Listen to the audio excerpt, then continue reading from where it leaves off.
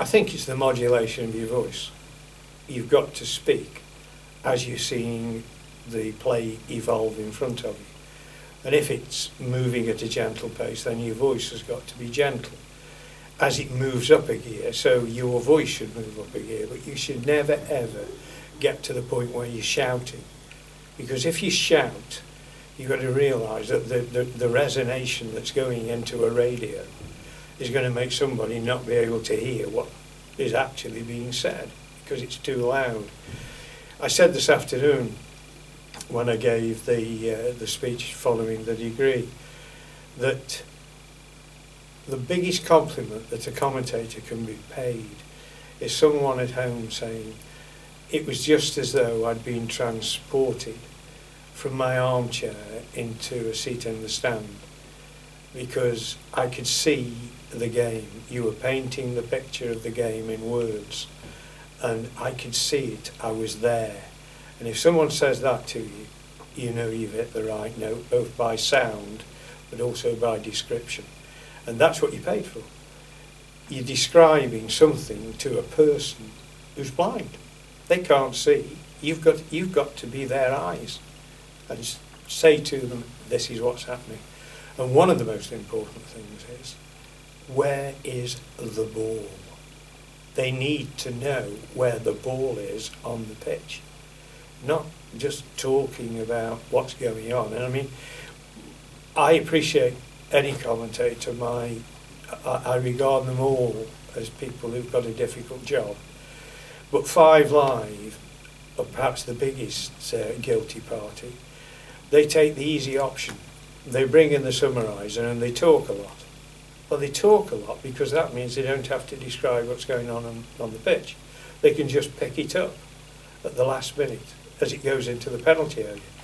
That puts a strain in some ways on the listener, who suddenly has to go from listening to a conversation to picking up the game again. Too much chat is done and not enough concentration on describing what's happening on the pitch in front of you.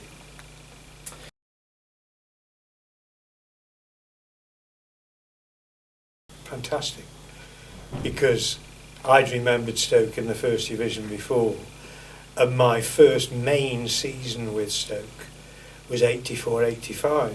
I'd been doing the Vale for 4 years, and the Vale had gone down in 83-4. I was moved to Stoke. Stoke are relegated from the First Division 84-5, so I'd gone down with both of them. I was the kiss of death on both the local teams. But from going down with them in 84-85 and all the turmoil that had gone on in between, to suddenly in 2008 to be there with a season that had optimism written on it from the very first kick-off, and then the very final match at the Britannia, and Stoke getting the point that they deserved to go up. Absolutely brilliant. And I felt very, very much in the court of Peter Coates, who had put his money where his mouth was, and he'd seen the dream. I can get Stoke back into the Premier League, and who's the one that can do it for me? It's Tony Pulis. And he'd hit the mark with both things. And whatever people think about Tony Pulis, Stoke fans must never forget the contribution he made in getting the Potters back into the top flight. And Peter Coates, of course. Okay, fine. Peter's been chairman and has enjoyed his time as chairman in the past, but one has got to take the hat off to him.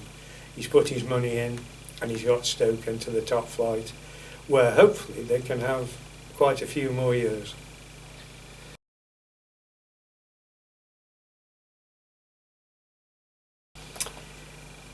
I think that what they need to do is to go to a reputable university and get their qualifications. I said to my two sons years ago, it isn't what you get, it's where you've got it from.